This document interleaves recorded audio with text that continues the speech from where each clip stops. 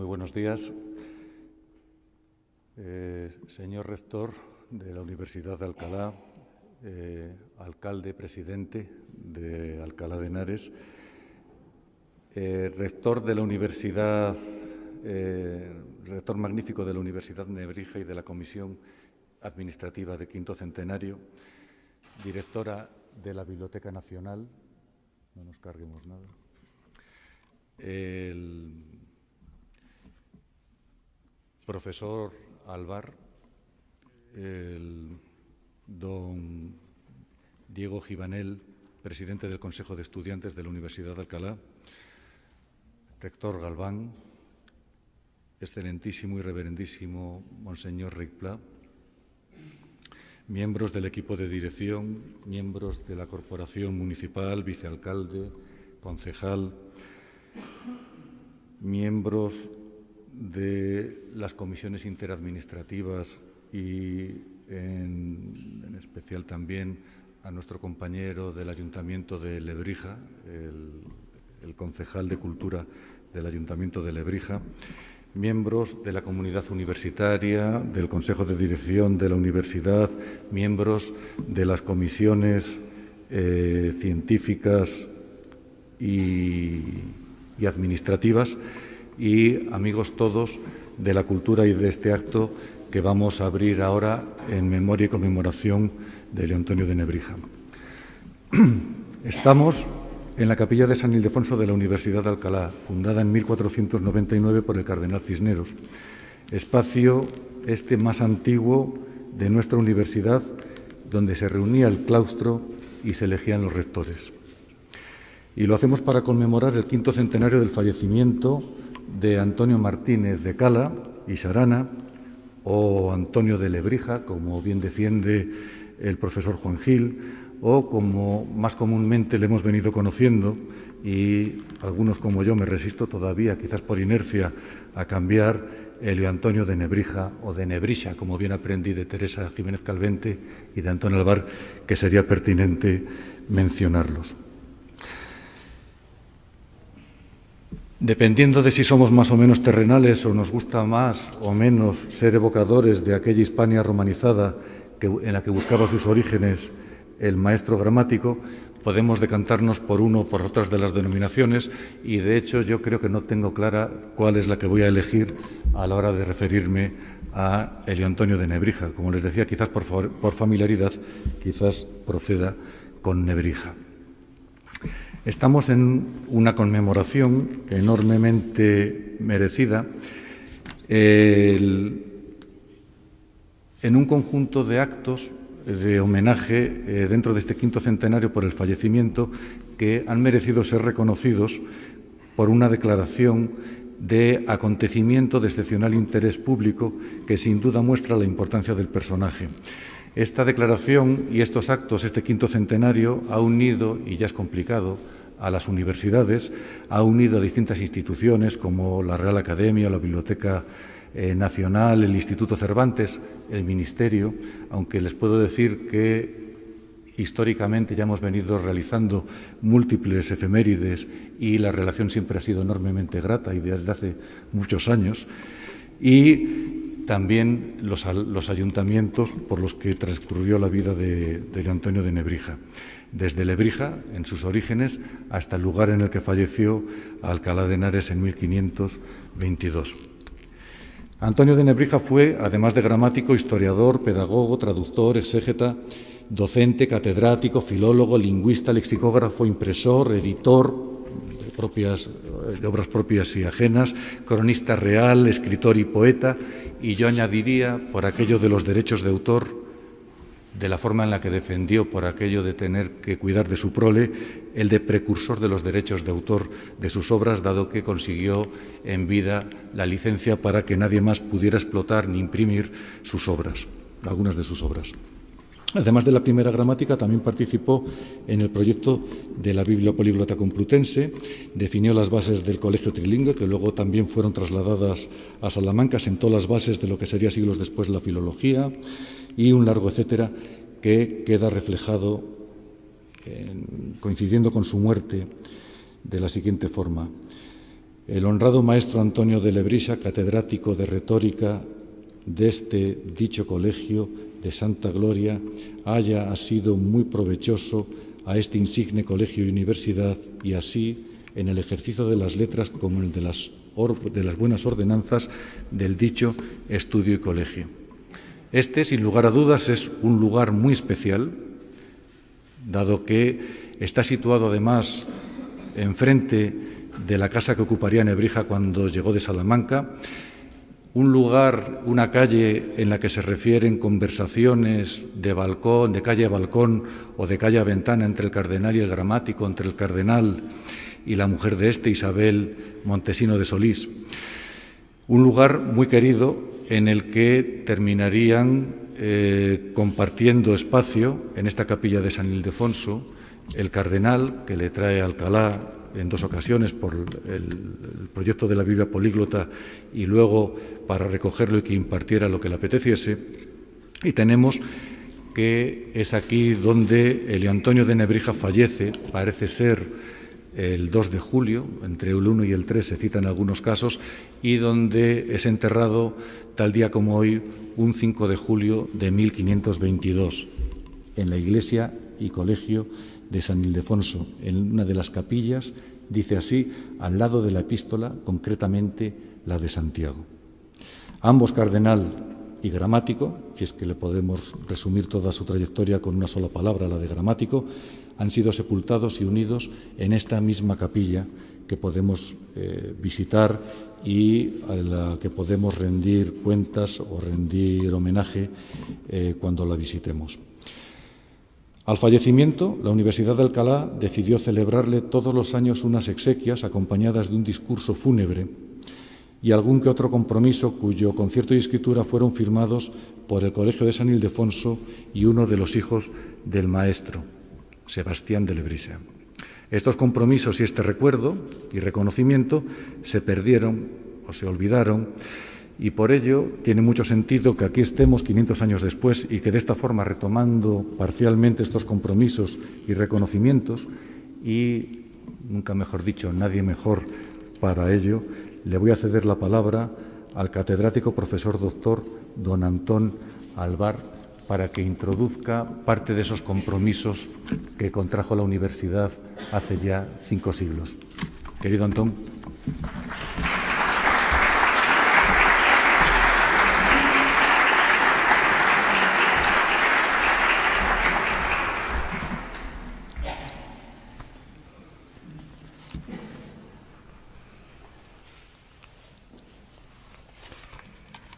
Excelentísimas autoridades, queridos compañeros, queridos amigos, Elio Antonio de Nebrija vivió en Alcalá de Henares desde 1513 hasta su fallecimiento en esta misma ciudad en 1522. Pasó, por tanto, los 9 últimos años de su fecunda vida en estas tierras.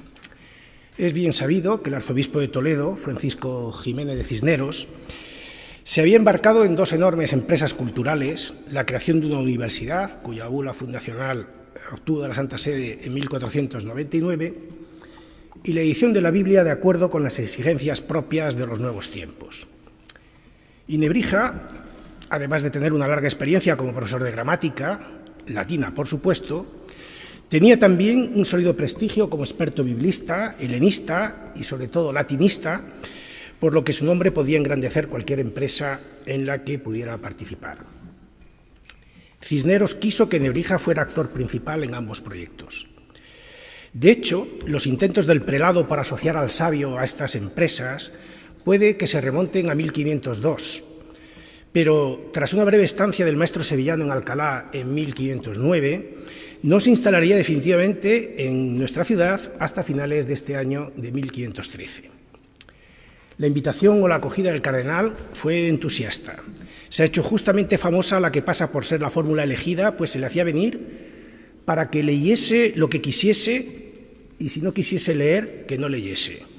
Pues como dijo en una ocasión Cisneros, con la suma elevada que le había asignado a su llegada a Alcalá, solo deseaba pagarle lo que le debía España.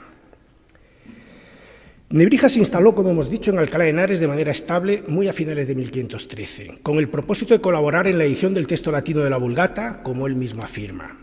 Contaba el sabio de Nebrija entonces 69 años de edad y el cardenal 77. En la ciudad de Henares habitó en una casa frente a la capilla universitaria de San Ildefonso, dentro del recinto de la ciudad universitaria complutense, en lo que hoy es la calle Pedro Gumiel, justo enfrente del lugar donde nos encontramos. Al parecer, y desde 1515, pudo disfrutar también de una huerta que el Colegio Mayor poseía en el camino de salida de la ciudad hacia Guadalajara, en las inmediaciones de la ermita de la Virgen del Val. Las relaciones entre Cisneros y Nebrija debieron ser intensas, incluso, como hemos visto, antes de la instalación definitiva del maestro en Alcalá, lo que le habría permitido tener una idea cabal del desarrollo de los grandes proyectos del arzobispo de Toledo. Álvar Gómez, el gran biógrafo del cardenal Cisneros, nos informa de una jugosa conversación entre ambos, donde el humanista expone decididamente su opinión sobre la fundación universitaria. Dice así Álvar Gómez: desde entonces Jiménez tuvo a Nebrija en tanto honor que siempre lo citaba con gran deferencia y cuando venía a visitarlo lo recibía con aspecto complacido. Cuantas veces pasaba de sus habitaciones al colegio, a los talleres de la imprenta cerca de la cual habitaba Nebrija, cambiaba la dirección exprofeso para hablar con él asomándose desde la ventana y mantenía largas parrafadas para tratar temas que en la lectura no había podido comprender o bien asuntos de la universidad. Nos parece conveniente no pasar por alto el que a Nebrija, sigue diciendo Álvar Gómez, le disgustaba el sitio donde Cisneros había edificado la universidad, y esto por dos razones. Porque la consideraba insana debido a la proximidad del río y también por estar bajo la autoridad de los cardenales de Toledo, con los que habría en el futuro frecuentes roces sobre jurisdicción y sobre la concesión de beneficios de la Iglesia de justo y pastor. Se cuenta que trató casualmente estos temas con Jiménez en las fiestas de la Epifanía, cuando, según costumbre, se visita a los hombres principales en sus casas para desearles un feliz y venturoso año nuevo, pues tal es deber fundamental de los subordinados con sus patronos. Al preguntar a Nebrija qué opinaba respecto de la naciente universidad, la consideró excelente y amplísima, pero que desearía las dos cosas ya señaladas, a saber, un lugar más saludable para los cuerpos y que perteneciera a su patrimonio para que pasara luego a sus herederos. Consta que Jiménez se conmovió ante tales palabras y, tras reflexionar para sus adentros, con la vista baja, como era usual en él, contestó: amigo mío, yo puse las bases de cuanto aquí ves y procuré que en cuanto del hombre depende fuera duradero. Ahora resta que Dios, óptimo y máximo, añada lo demás y vele por su obra, porque cualquier construcción o solicitud humana es inútil, si Dios no es su protector y custodio. De acuerdo con este pasaje, se observa que la relación entre las dos enormes personalidades era franca y respetuosa, de tú a tú, de modo que Nebrija podía advertir al arzobispo de los dos graves problemas que veía en su incipiente fundación, lo insano del lugar, debido al paludismo, y la dependencia de los arzobispos de Toledo, y Cisneros sabía apreciar con honda preocupación la sensatez de ambas advertencias, pues el tiempo no tardaría en dar la razón al humanista. Mas, aunque Álvar Gómez se esfuerza en describir la relación entre el cardenal y el humanista como muy cordial, las desavenencias intelectuales motivadas por los diferentes criterios para la edición del texto sagrado debieron ser inmediatas. Y así, hacia 1514 o 1515, es decir, poco después de su llegada a Alcalá, el maestro de Nebrija envió una carta al cardenal renunciando a su colaboración en la edición de la Biblia. Sus razones están bien claras en esa misiva.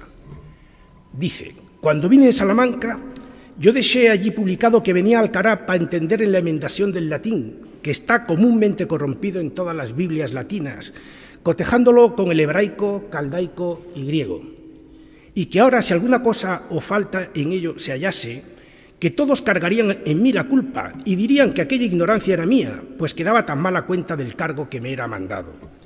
Entonces, vuestra santidad me dijo que hiciese aquello mismo que a los otros había mandado, que no hiciese mudanza alguna de lo que comúnmente se halla en los libros antiguos, mas que si sobre ello a mí otra cosa pareciese, que debía escribir algo para fundamento y prueba de mi intención. A esto yo dije que si algo yo escribiese, de mi rebusco yo hinchiría mayor bodega que todos los otros de su vendimia principal. De esto vuestra señoría se rió y dijo que pensaría ser así, y que todos los otros traballaban para mí. De manera que desde entonces hasta ahora yo no curé más de la impresión, ni por mandado de vuestra señoría me fue dado que entendiese en ella. Por tanto, fueron muy pocos los meses en los que Nebrija trabajó en el proyecto, a pesar de que su nombre figure en todas las listas de colaboradores. Aún más, el primer volumen de la Biblia Políglota Complutense, el que contiene el Nuevo Testamento, vio la luz en enero de 1514, de modo que ya debía estar no solo concluida su edición, sino incluso muy avanzada su composición tipográfica cuando el maestro llegó a Alcalá. Nebrija abandonó formalmente el proyecto editorial de la Biblia, pero es imposible creer que se desentendiese por completo del mismo, pues seguía trabajando en Alcalá de Henares, seguía visitando el taller donde se imprimía la obra, seguía manteniendo una relación estrecha tanto con el cardenal como con el equipo de biblistas, de modo que su magisterio seguía pesando sobre ellos, tanto con su presencia como con sus trabajos, pues en los años sucesivos su interés por las Sagradas Escrituras y por las lenguas en que se expresaron no decayó. Pero Antonio Nebrija no vino a Alcalá de Henares tan solo para colaborar en la edición de la Biblia. Si hubiera sido así, ninguna razón le habría retenido en esta ciudad tras su temprana renuncia a trabajar en ese proyecto. En efecto, es bien sabido que ocupó además la cátedra de retórica en la universidad. De hecho, su primera paga como catedrático la recibió a poco de llegar a la ciudad en diciembre de 1513. La suma recibida ascendió a 10.000 maravedíes, que debían sumarse a los notables ingresos que le proporcionaba su condición de cronista real y las abundantes ventas de sus libros, en especial de sus gramáticas y diccionarios.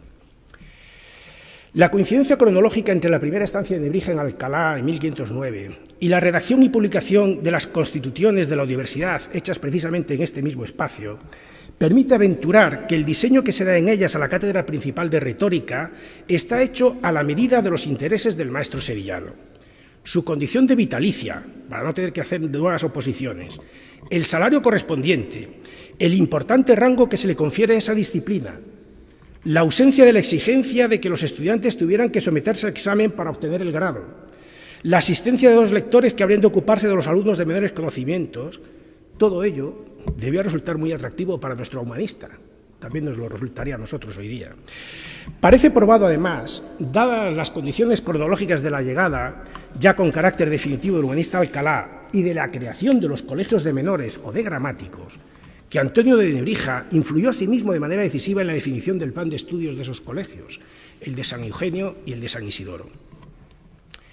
Mas si hay algo que deba sorprendernos de los años pasados por Nebrija en Alcalá, es su actividad investigadora, su capacidad para dar constantemente libros a la imprenta, a la de Alcalá de Henares y a otras de otros lugares.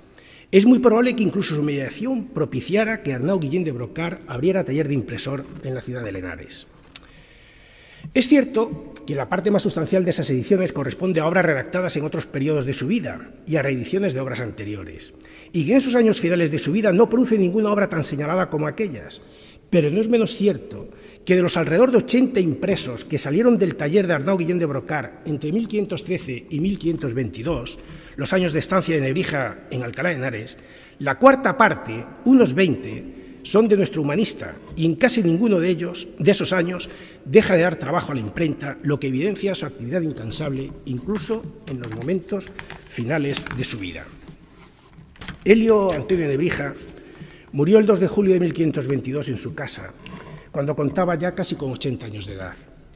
Sus restos se depositaron 3 días más tarde, es decir, el día 5 de julio, tal día como hoy, en esta iglesia del Colegio de San Ildefonso, y más concretamente en una de las capillas del lado de la epístola, concretamente la de Santiago, junto a la del doctor Juan de Medina, cerrada probablemente por una verja de madera. Leyó su elogio fúnebre el maestro Ciruelo, que por cierto había leído también el elogio fúnebre del cardenal Cisneros a su muerte. Se conserva el concierto y escritura que firmaron el Colegio de San Ildefonso y uno de los hijos del maestro, Sebastián de Nebrija, por el cual aquel se compromete a ceder una de las capillas, muy probablemente esta, y hacerle un sepulcro al insigne profesor y humanista. Y dice así: otorgaron que por cuanto el honrado maestro Antonio de Nebrija, catedrático de retórica de este dicho colegio, que santa gloria haya, ha sido muy provechoso a este insigne colegio y universidad, y así en el ejercicio de las letras, como en las buenas ordenanzas del dicho estudio y colegio. Y en sí mismo, acatando el dicho amor y buena voluntad que el reverendísimo cardenal don Fray Francisco Jiménez Cisneros, fundador de este colegio que es en gloria, siempre lo tuvo, que ahora ellos por sí y en nombre del dicho colegio daban y dieron al dicho maestro Antonio de Lebrixa para su enterramiento la capilla de la Rexa que ha junto al altar de San Francisco, que se llama la Capilla de Santiago, la cual está luego después de la Rexa de la capilla principal del enterramiento del reverendísimo cardenal que esté en gloria, y que de aquí en adelante no se entierre dentro de ella persona alguna. Más adelante, en ese documento, el colegio se compromete también, como refiere Álvaro Gómez, a recordar anualmente a Elio Antonio de Nebrija a que su enterramiento solo sea inferior al del cardenal, suntuoso es el calificativo que debe convenir a su monumento, a que esas condiciones, incluida la de que nadie más sea enterrado junto a él, se respeten incluso si hubiera que cambiar de lugar la tumba. Pero al parecer, ese monumento nunca llegó a hacerse. Se dice que sus alumnos le rindieron homenaje póstumo depositando sobre su féretro numerosos poemas latinos en los que se elogiaba su figura, y en su lápida se habría inscrito más tarde este epitafio: Ossa negant hominem, sed pro virtute labores lausa eterna negant, unc potuisse mori. Veticus ixitus est, jacet hoc nebrissa sepulcro, hic latitant musae, retoritenque premunt. Los huesos niegan al hombre, mas por su virtud, sus trabajos, gloria eterna, niegan que él haya podido morir. Aquí está el Vético, yace Nebrija en este sepulcro. Aquí se esconden las musas y callan a la retórica. Cuenta Álvaro Gómez que durante algún tiempo la universidad, en efecto, hizo funerales públicos anuales por el humanista, aunque lamentablemente esa práctica no se observó siempre con diligencia. Dice: solían nuestros mayores celebrar cada año en la universidad unos funerales públicos y predicar una oración por Nebrija, cual hombre benemérito de toda la nación. Pero puesto que por negligencia tal costumbre ha caído en desuso, el rector Diego López de Ocaña, con consentimiento de todos los profesores, decretó que de allí en adelante se instaurara aquella fecha y que vinieran todos los profesores de la universidad y los jóvenes estudiantes a la iglesia de San Ildefonso, y a quienes así no lo hicieran se los considerara como violadores del juramento de obediencia prestado al rector. Los herederos del maestro reclamaron a lo largo del siglo XVI en repetidas ocasiones el cumplimiento de lo firmado, honras anuales y sepulcro suntuoso, pero con escaso éxito. Desde hace mucho tiempo tampoco quedaba señal del lugar de su enterramiento, debido a las sucesivas obras acometidas en esta iglesia y a los muchos años de olvido. No obstante, en la más reciente restauración de este espacio, llevada a cabo entre 2010 y 2013, se han localizado numerosos restos humanos en la cripta que se encuentra bajo la tumba del cardenal, entre los que pudieran estar los del maestro de Lebrija.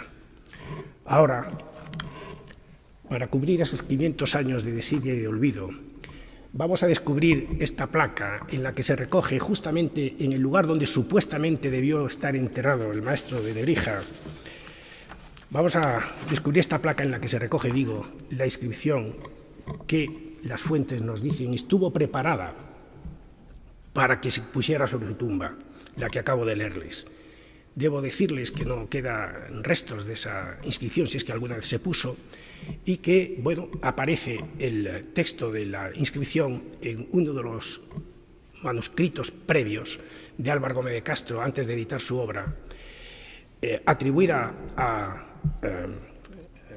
Juan de Vergara y tachado después el nombre de Juan de Vergara, y después atribuida a Fabián de Nebrija, cosa que es imposible, puesto que murió antes que su padre. Y en un manuscrito posterior aparece esa inscripción también tachada del todo. Probablemente la universidad consideraba que no era oportuno que esa inscripción figurara en la vida del cardenal Cisneros porque no le concernía al cardenal sino a Nebrija. El caso es que, pues después de algún trabajo de investigación en colaboración con el profesor García Pinilla, que también está aquí, pues hemos logrado encontrar esa inscripción y creemos que ya va siendo hora, 500 años después, de ponérsela, sea o no sea la que se había previsto, pero la que se dice que se previó para que se le pusiera. Vamos, por tanto, a proceder.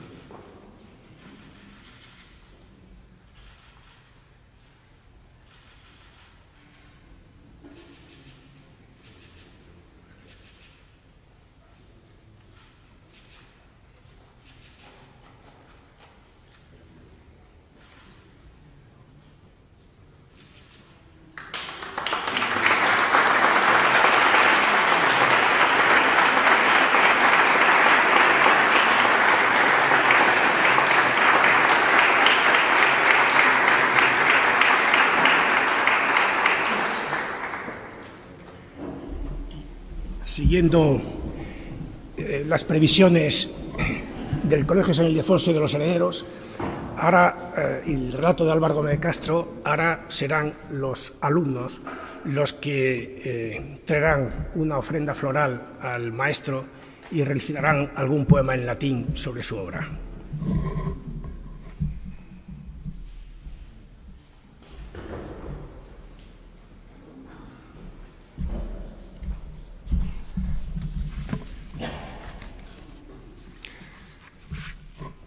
Como bien dijo el profesor, se dice que sus alumnos le rindieron homenaje póstumo, depositando sobre el féretro numerosos poemas latinos en los que se elogiaba su figura. A continuación, don Diego Givanel Faro, presidente del Consejo de Estudiantes de la Universidad de Alcalá y estudiante del grado de Estudios Hispánicos, será quien recitará los versos en latín, recuperando dicho homenaje que durante varios años le rindieron sus alumnos. Querido Diego, ahí.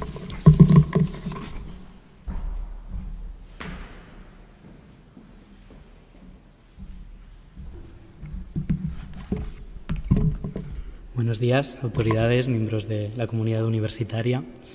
Como bien se ha dicho, me gustaría, en recuerdo de esos estudiantes que homenajearon a Nebrija en el pasado y en representación de los que lo hacemos hoy, leer estos versos que se atribuyen a uno de sus hijos a propósito de uno de sus últimos trabajos, la edición de las Introducciones Latinae, aquí en Alcalá.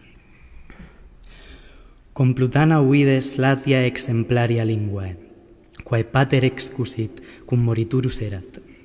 Per lege iam nullas lector profitebere nugas, cuncta sed hiberna candidiora niue, y cuya traducción es la siguiente.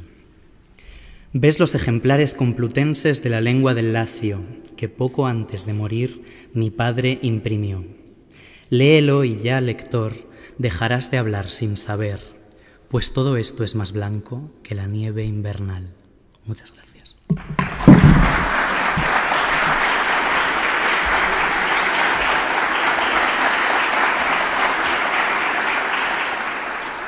A continuación, los estudiantes queremos también hacer una ofrenda floral a la figura de Antonio de Nebrija.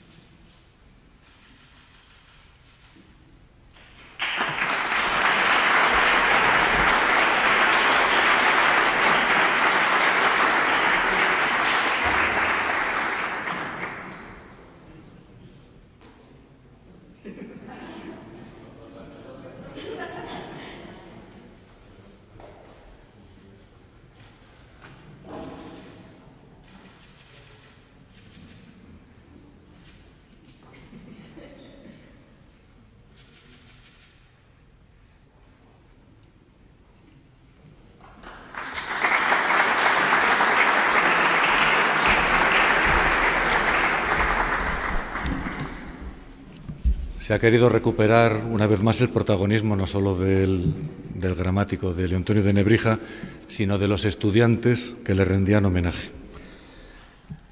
A continuación tiene la palabra el profesor doctor don José Muñiz Fernández, rector magnífico de la Universidad Nebrija y presidente de la Comisión Interadministrativa del 5º centenario del fallecimiento de Antonio de Nebrija. Rector.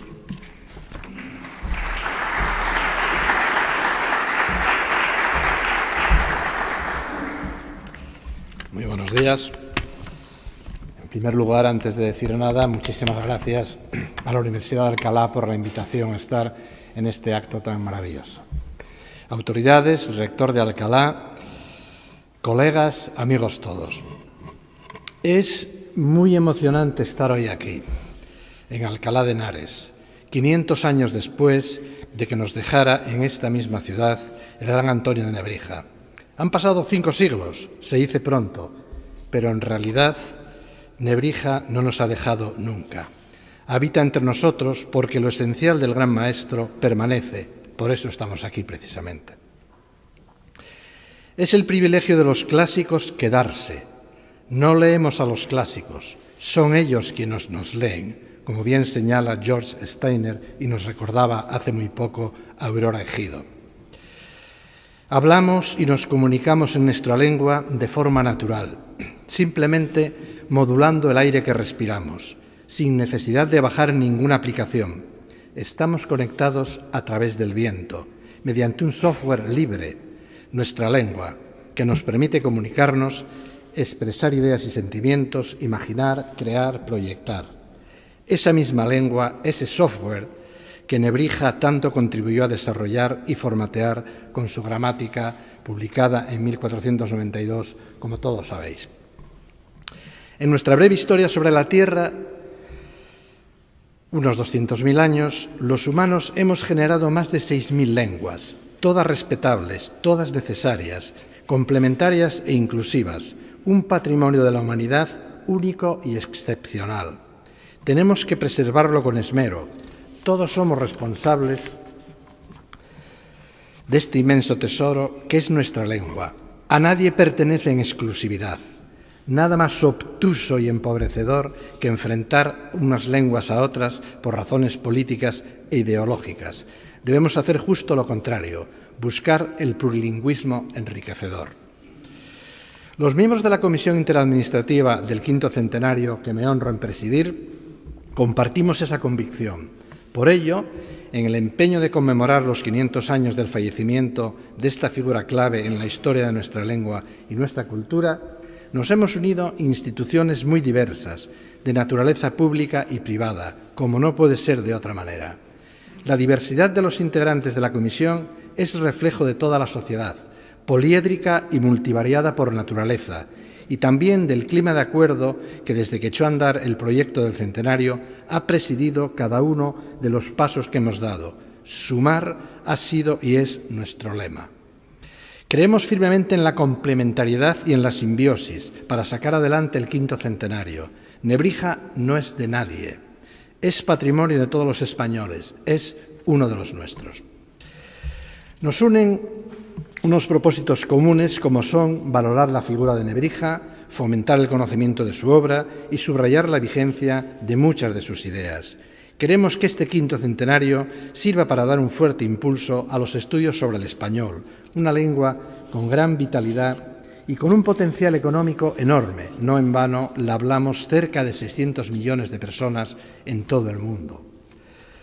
No soy un especialista en la obra y saberes nebrijenses. Mi especialidad académica e investigadora es muy otra. Así que me remito para ello a los doctos análisis de los expertos, que son muchos y muy egregios, y mejor no cito nombres para evitar agravios. Pero como universitario que soy, no deja de sorprenderme la pervivencia y modernidad de muchas de las ideas y planteamientos que mantenía Nebrija hace 500 años. Fue un universitario genuino, lo que se plasmó en sus obras y más aún, si cabe, en sus actitudes vitales e intelectuales. Docente e investigador brillante, representa a la perfección los valores universitarios. El primero de todos, la condición sine qua non. es la humildad intelectual. El reconocer que nos falta mucho por saber es la base para seguir aprendiendo. El segundo, la curiosidad. Ese querer indagar y desentrañar los secretos de las cosas y hacerlo con rigor y método, sometiendo todo a la lupa del raciocinio y a la prueba empírica, antagonistas del principio de la autoridad, lo cual acarreó no pocos problemas, como bien saben, con las autoridades de la época y con la propia Inquisición. Sin olvidar su independencia de criterio y espíritu crítico, pues sin ellos no es posible el pensamiento creativo y divergente, propio de un universitario. O la pasión por saber y la apertura mental, que exige exponerse a distintos puntos de vista y culturas para aprovechar el poder polinizador de las ideas diversas, fomentando el mestizaje intelectual y las tierras feraces de los saberes fronterizos. Hoy sería Nebrija de nuevo un militante contra la Inquisición, de los espacios seguros y de la política de la cancelación que asola algunos de nuestros campos universitarios. Y es que la Inquisición muta, pero siempre reaparece adoptando formas ideológicas diversas e insospechadas. A Nebrija le tocó vivir una época fronteriza por antonomasia, ese momento bisagra en el que lo medieval se iba desvaneciendo y la modernidad pugnaba por emerger. Inspirándose en lo clásico grecolatino, contribuyó Nebrija a parir lo moderno en España, colocando de nuevo al hombre en el centro, impulsando así el humanismo renacentista. De amplias miras intelectuales, todo le interesaba a Nebrija. Parafraseando a Terencio, bien podemos decir que ninguno de los saberes, tal vez tampoco de los sabores, le era ajeno. Como ya ha señalado el presentador, fue pedagogo, historiador, traductor, exégeta, docente, lexicógrafo, impresor, editor, cronista, etc. En suma, un verdadero polímata, un universitario auténtico. Tampoco se escaparon a su curiosidad las reflexiones sobre la propia enseñanza y en su obra De Liberis Educandis Libellus, publicada en 1509, dejó escritos comentarios de suma actualidad, exhortando a respetar las inclinaciones y naturaleza de los alumnos, a no imponer castigos físicos y a que los profesores predicasen con el ejemplo. No se me ocurre nada más actual que la enseñanza, para la enseñanza de hoy. Una obra esta que ha ejercido influencia sobre otro grande, Juan Luis Vives, que en su texto De Disciplinis de 1531 propone una enseñanza más científica y empírica frente a la retórica y escolástica dominantes por entonces. Y ambos textos, el de Nebrija y el de Luis Vives, sirven de inspiración también a otro grande, a Juan Huarte de San Juan, autor del famoso libro Examen de Ingenios para las Ciencias, editado precisamente en Alcalá en 1640, y en el cual cita expresamente al maestro Nebrija con unas respetuosas y cariñosas palabras, que el maestro Antonio de Lebrija, y aquí sigue a nuestro querido Juan Gil, había venido en tal falta de memoria por la vejez que leía por un papel la lección de retórica a sus discípulos, y como era tan eminente en su facultad y tenía su intención bien probada, no miraba nadie en ello. El libro de Huarte es el precursor de los departamentos de recursos humanos actuales, al exponer con aires de modernidad las ventajas que traería para el reino y para la propia persona ajustar las características de la persona al trabajo desempeñado. Voy terminando. El quinto centenario es una ocasión única para profundizar en el conocimiento de Nebrija, de su obra y de la época en que vivió, pero también para propiciar una reflexión sobre el papel que pueden desempeñar las humanidades en la era digital y para reforzar el vínculo entre universidad y sociedad. Así pues, esta conmemoración ha de servir para comprender el pasado, pero también para encarar el porvenir. Me he referido a los valores universitarios de Antonio de Nebrija, y no se me ocurre un lugar mejor para honrarlos que esta cervantina ciudad de Alcalá de Henares, en la que vivió sus últimos años, y esta universidad, que lo acogió de manera abierta y generosa, siguiendo el mandato explícito del cardenal Cisneros de que lo tratasen muy bien y que enseñara lo que quisiera si es que le apetecía, que España le debía mucho. Eso sí, llegó el maestro aquí dolido, a Alcalá, dolido por la afrenta de los estudiantes salmantinos que eligieron como catedrático a un joven indocumentado frente al viejo profesor. Menos mal que Cisneros y Alcalá de Henares supieron estar a la altura y tratarlo como se merecía. Muchas gracias a ambos, aunque sea 500 años después, pero en fin, todo llega, hay que tener paciencia. La Universidad Española va haciendo algunos progresos y ya no son los estudiantes quienes otorgan las cátedras, pero aún nos queda mucho margen de mejora y, en fin, en ello estamos. Nada más, queridos amigos, sirvan estas breves palabras como un pequeño grano de arena más para ir saldando la gran deuda contraída por todos nosotros con el maestro Nebrija. Muchísimas gracias.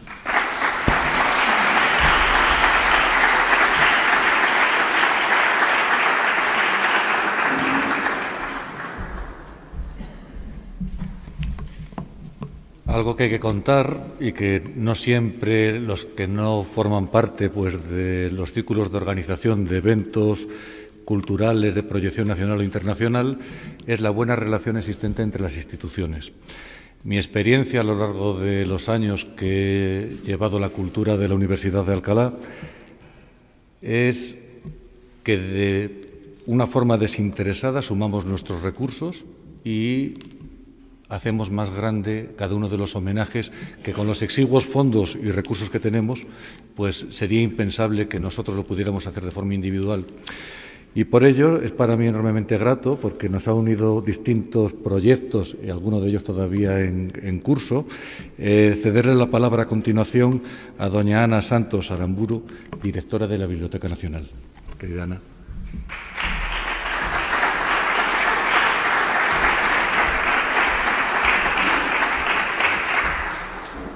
Rector, alcalde, autoridades. En primer lugar, muchísimas gracias por organizar este acto. Un acto emotivo y un acto además de justicia y de reconocimiento a una figura que este año vamos a recordar en toda su dimensión, en toda su enorme dimensión, y que creo que hoy, y gracias a los mensajes que se están lanzando ya y se van a seguir lanzando desde distintas instituciones públicas y privadas y desde distintos medios de comunicación, espero que hoy va a calar entre los jóvenes. Este es, desde luego, nuestro propósito. Quiero agradecer, en primer lugar, el hecho de estar aquí, representando a la Biblioteca Nacional de España, una institución que a la vez representa aquello que Nebrija quiso representar y por lo que luchó a lo largo de toda su vida, que es el valor del conocimiento y la importancia de la permanencia de la palabra escrita, ese aliento semántico en palabras de Emilio Lledó, que si no permanece no tiene valor, carece de sentido. Esa capacidad de dejarnos en un soporte ideas, creación, pensamiento, que se ha podido transmitir de generación en generación y que gracias a esto las sociedades han podido ir avanzando. Nebrija luchó por esto, creyó en el valor del conocimiento contra la barbarie, creyó en el valor de la educación y además algo que hoy nos han demostrado las sociedades democráticas que es imprescindible, el conocimiento al alcance de todos y no solamente para una clase preparada para ello. Sus estudios sobre latín estaban encaminados a que cualquiera pudiera aprender latín, esa lengua culta, privilegio de unos pocos, aquellos que tenían el poder. Cualquiera podía aprender latín y, por supuesto, cualquiera debía hablar bien, debía expresarse de manera correcta. Por eso le debemos mucho. Y hoy, desde las instituciones culturales, desde una institución como es la Biblioteca Nacional de España, donde se conserva desde hace más de 300 años la permanencia de ese conocimiento, nos encontramos honrados y, desde luego, agradecidos de poder participar no solamente en este acto, sino en el resto de las celebraciones que se van a llevar a cabo y que ya se están llevando a cabo a lo largo de este año, junto a este casi milagro en este momento en nuestra sociedad de unir distintas administraciones públicas de distintos lugares de España, distintas instituciones públicas y privadas, todos creyendo en lo mismo, el valor del conocimiento puesto al alcance de todos los ciudadanos. Y por eso, gracias a la Fundación Nebrija por este esfuerzo de coordinación y gracias también al resto de las instituciones que participan en estas actividades. En este mismo año, el día 23 de noviembre, se va a inaugurar la gran exposición que va a comisariar la profesora Teresa Jiménez Calvente, que hoy nos acompaña también, que queremos que sea una nueva manera de descubrir la obra de Lebrija y, sobre todo, una nueva manera de acercarla a la gente joven. Esperemos que no solamente esta exposición, sino que el resto de las actividades que se van a desarrollar sirvan para esto, para hoy poner en su lugar la figura de una persona que creyó firmemente en los valores del humanismo, creyó firmemente en aquello que pone al ser humano en el centro del mundo y luchó, peleó con pasión a lo largo de toda su vida por conseguir aquello. Y lo consiguió, si no hoy no estaríamos aquí reunidos y no estaríamos celebrando este acto de justicia. Así que gracias por darnos esta oportunidad y esperemos que nos ayude a todos a seguir aprendiendo. Muchas gracias.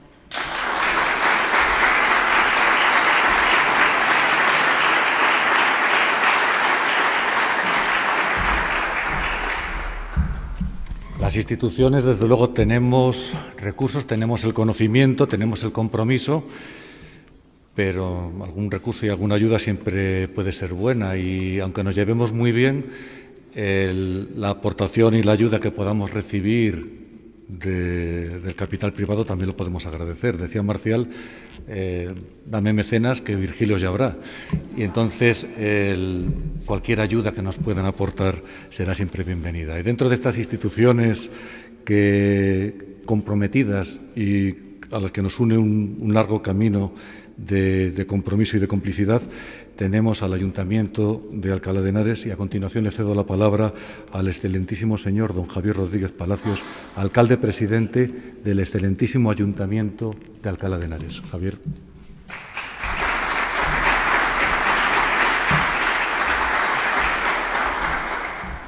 Buenos días a todas las personas que estáis hoy aquí en un acto de justicia, en un acto de reconciliación con el pasado. Esta placa quedará aquí y nos superará y nos sobrevivirá a todos y recordará ese Elio Antonio de Nebrija que durante un tiempo estuvo olvidado y que hemos recuperado. Por lo tanto, vivir en una ciudad como Alcalá de Henares con 2000 años de historia te da esa perspectiva de que hay cosas que duran, se mantienen y que nos trascienden. Y desde luego lo que hoy estamos haciendo aquí nos trasciende a todos los que estamos en esta sala.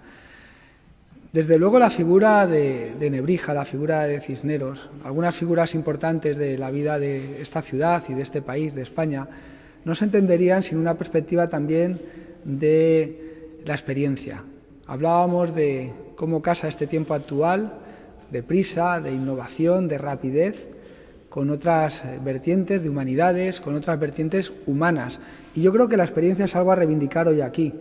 Probablemente el cardenal Cisneros, con 40 años, que no era cardenal, no se habría planteado hacer una universidad y que la universidad sea fruto de una experiencia vivida, de un estar en el lugar correcto, en el momento correcto y de una persona de casi 70 años que sueña con hacer una universidad. Probablemente un Nebrija de 40 años no se habría negado a hacer una vista gorda a la traducción de la Vulgata y es esos 70 años y esa experiencia de vida a la que le dice, mire, cardenal, arzobispo, yo no me veo cometiendo errores ortográficos y se niega a continuar en el proyecto de la Biblia políglota. Un Cervantes, que es nuestro hijo más conocido de la ciudad de Alcalá de Henares, nunca habría escrito la segunda parte del Quijote ni la primera sin haber pasado por todo lo que pasó, desde ser soldado hasta sufrir cautiverio, hasta ir recaudando impuestos por distintos lugares. Por lo tanto, creo que una reflexión de hoy es la experiencia, las humanidades, el conocer al otro, el tener una vida para poder tomar las decisiones correctas cuando la fortuna te da la posición capaz de tomar decisiones como puede ser un alcalde, como puede ser un rector, como puede ser un cardenal, como puede ser un obispo, como puede ser una persona en la que la experiencia cuenta. Por lo tanto, yo quisiera hacer hoy un elogio de eso, de la edad, de la experiencia en un mundo tan acelerado. Y en segundo lugar, un elogio y dar las gracias a las universidades, en plural, a todas, en especial a las dos que están aquí, en especial pues, a la de Alcalá, que es con la que tenemos una gran relación, pero desde luego algunos autores hablan de que la evolución humana no es una evolución genética, realmente es una evolución cultural, y que lo ocurrido a partir del siglo XVI con el método científico, lo ocurrido con el nacimiento en Occidente de las universidades supone una evolución del ser humano, y yo lo creo firmemente. Creo que todo este progreso que se nos ha venido encima no habría sido posible sin las universidades, y que son el foco que va iluminando un camino de progreso, y el foco que nos permite también diferenciar lo verdadero de lo falso en un momento en el que todo se nos mezcla, en un momento en el que, y desde aquí en Alcalá, tenemos que reivindicar que la historia no es algo cargado de pasado, sino cargado de futuro, y que aquí vemos personajes, Cisneros, Nebrija, Cervantes, la reina Isabel, el rey Fernando, poliédricos, complejos, que tomaban decisiones ante incertidumbres, que no es todo con ese simplismo que nos quieren contar, que no es todo tan monotemático ni con una sola dirección, que desde luego Isabel y Fernando pues no eran un matrimonio común, y que Fernando bien que intentó tener descendencia después de que muriera Isabel para separar Castilla de Aragón, y parece que eso se olvida, y que aun siendo amigos, porque yo creo que lo eran y se respetaban, Cisneros y Nebrija pasaron por momentos de discusión. Por lo tanto, bienvenida a la historia de las universidades, la historia que sepa separar lo que ahora se quiere simplificar de lo real. Bienvenido el papel que hacen las universidades, y yo creo que las instituciones públicas, democráticas, tenemos que estar muy en contacto con nuestras universidades para que sigan arrojando esa luz que en el XVI permitió evolucionar a toda la humanidad, no solo la humanidad europea o la humanidad de las ciudades donde estaban instaladas, y que continúen siendo un papel y jugando un papel fundamental en el progreso de la sociedad. Así que gracias por este homenaje, gracias por invitar al Ayuntamiento de Alcalá de Henares, y la mano tendida para cualquier labor que quiera realizar esta universidad u otras que siguen siendo imprescindibles transcurridos 4 siglos. Muchísimas gracias.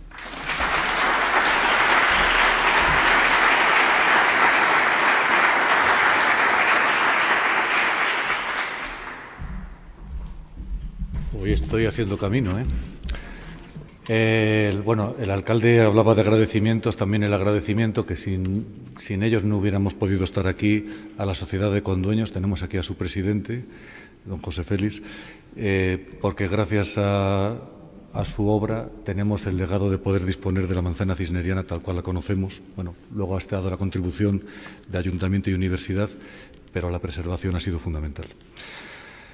A continuación, tiene la palabra el profesor doctor don José Vicente Saz, rector magnífico de la Universidad de Alcalá.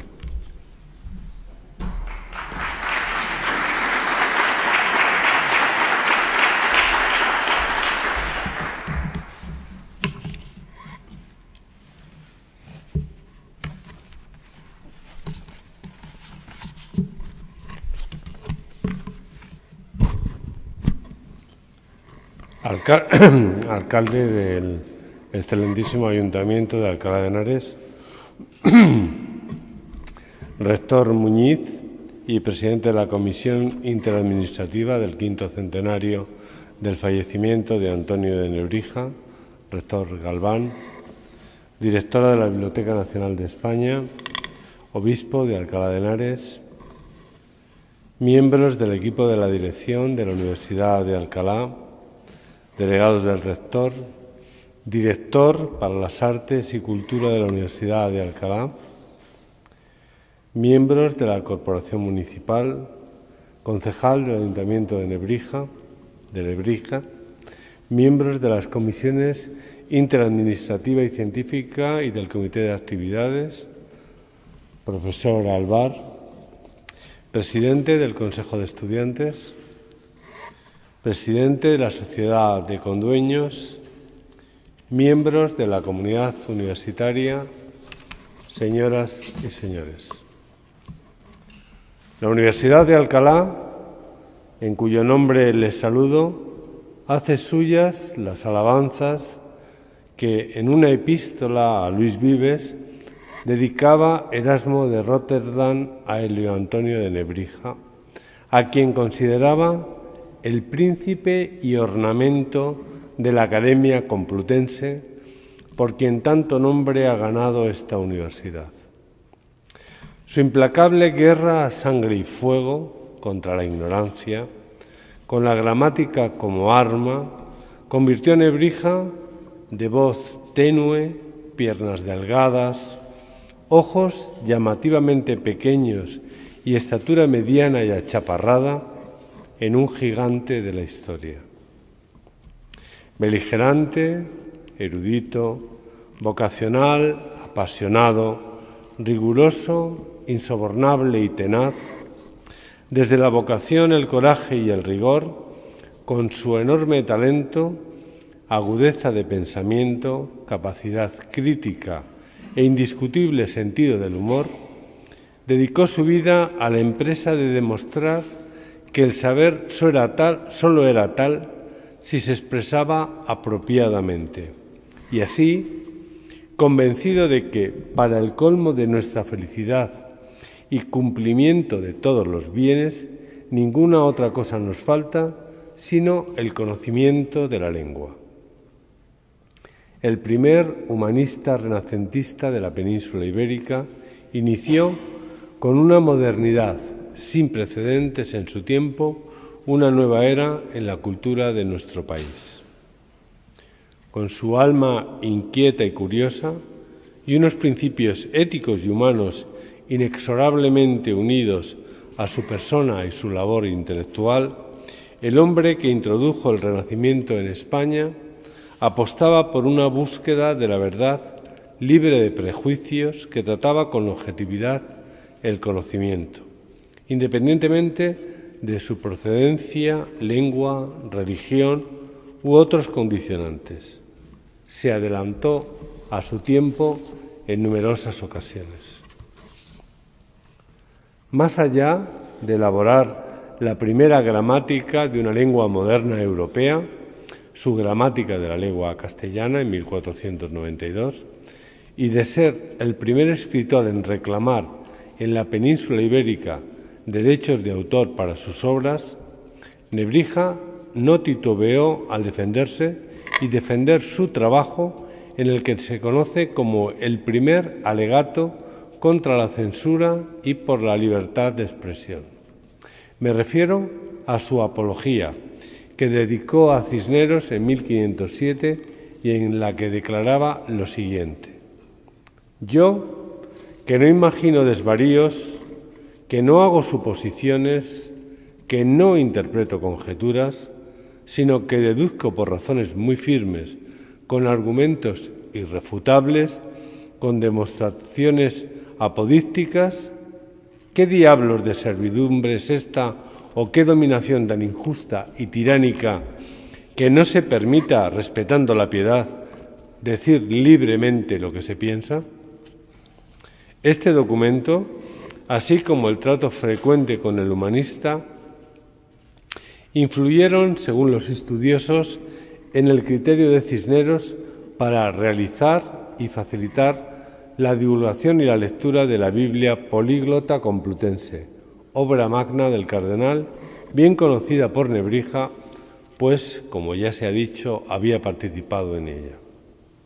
Durante años, el humanista y el cardenal mantuvieron una intensa relación de mutuo respeto y admiración, con algunas desavenencias que siempre fueron superadas. Nacidos ambos en la Edad Media y partícipes de una incipiente Edad Moderna, era más lo que les unía que lo que les separaba, a saber, su gran corazón, valentía, laboriosidad, constancia y su necesidad de reformar, de perseguir sin descanso el bien común. Sus proyectos de vida se engarzaron en numerosas ocasiones y muy especialmente en sus últimos años, en una jovencísima Universidad de Alcalá, donde un septuagenario, Elio Antonio de Nebrija, tomó posesión, por mediación de Cisneros, de la cátedra de retórica. Fernando de Balbás, quinto rector del Colegio Mayor de San Ildefonso, en el curso 1513-1514, lo relataba así: el cardenal, mi señor, holgó mucho de su venida y se lo agradeció. Siendo yo retor, mandó que le tratase muy bien y le asentase de cátedra 60.000 maravedíes y 100 fanegas de pan, y que leyese lo que él quisiese, y si no quisiese leer, pues que no leyese. Y que esto no lo mandaba dar porque trabajase, sino por pagarle lo que le debía a España. Cisneros era consciente de la inmensa valía de Nebrija, el polímata, el hombre del Renacimiento, que en su afán por democratizar el conocimiento y en obediencia a sus múltiples inquietudes, revolucionaría la filología clásica, afianzaría la española y publicaría trabajos relativos a las más diversas materias, entre las que se encuentran historia, derecho, pedagogía, medicina, matemáticas, cosmografía y un largo etcétera. Lejos de atender a los consejos de Cisneros cuando le animaba a descansar y a tratarse bien, Nebrija impartía sus lecciones ante auditorios llenos y devotos, y con su docencia, sus estudios e investigaciones, ayudó a consolidar la Universidad de Alcalá como centro de excelencia y referencia del humanismo renacentista en el mundo. Tras una década entre estos muros, falleció en 1522 y el día de su entierro, sus alumnos, como ya se ha mencionado, sus alumnos de retórica, depositaron sobre su féretro dísticos latinos laudatorios dedicados al maestro. La historia de la Universidad de Alcalá no puede comprenderse sin la figura de Nebrija. Tampoco la vida del erudito se entendería sin su paso por nuestra universidad. Aunque Nebrija se comparaba con la antorcha que, difundiendo claridad y esplendor, paulatinamente se extingue y se consume, su luz no se apagará jamás. Ahora sabemos que su legado le abrió las puertas de la inmortalidad. Y es cierto, el epitafio que hoy presentamos y que le dedicamos cuando afirma que, por virtud, sus trabajos niegan que él haya podido morir. Muchas gracias.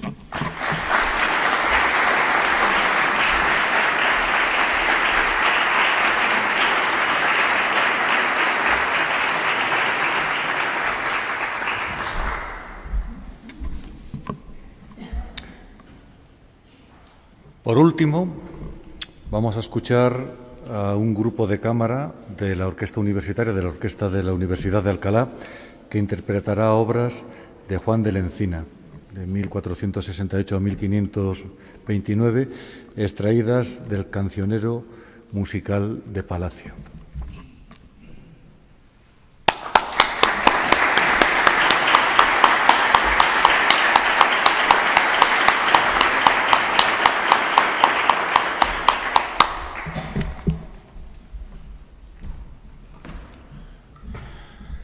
Hola a todos, muchas gracias por venir y por participar en este acto tan sumamente especial. Cuando José Raúl me comentó hace unos meses que íbamos a celebrar este acto, me solicitó si podíamos encontrar algunas músicas que pudiesen ilustrar de alguna manera al personaje. Y entonces yo lo situé inmediatamente por la fecha, por la época, rebuscando entre las obras que están contenidas en el Cancionero de Palacio. El compositor que más obras tiene dentro del Cancionero es Juan de la Encina. Hasta aquí ningún problema, es decir, era un auténtico fenómeno, ningún problema. Pero además era poeta y era dramaturgo. Y no solamente es uno de los padres de la polifonía renacentista junto con Juan de Anchieta, sino que además es considerado como uno de los padres del teatro español. Bueno, es un personaje interesante. Fue humanista también, esto tradujo las églogas de Virgilio, vivió en Italia durante una temporada. Uno dice, bueno, pues un personaje interesante. Pero ¿qué es lo que le une a Antonio de Nebrija, que era también humanista, que pasó unas temporadas por Italia, que en lo suyo con su gramática dio un paso importantísimo para cimentar algo que ya se estaba creando, que se estaba formando? Pues que Juan de la Encina fue alumno de Nebrija en la Universidad de Salamanca. Quiere decir, no podemos entender la obra teatral de Juan de la Encina sin entender su paso por la universidad y sus estudios con Antonio de Nebrija. Y ya, bueno, como tengo carrete para rato, podría iros contando 1000 cosas que no voy a hacer. Pero lo que sí que es cierto, por ejemplo, ya para terminar, en 1492, Nebrija publica su gramática. Y ese mismo año, Juan de la Encina compone y estrena 2 églogas para los duques de Alba, porque él se puso a trabajar en la casa de Alba en 1492, que se supone que son de las 2 primeras piezas teatrales del teatro español de la historia. Es decir, el mismo año no solamente se descubre América, sino que también se ponen las bases de la cultura española por escrito. ¿Qué más se puede pedir? No se me ocurría mejor autor para ilustrar un acto como este. Muchas gracias.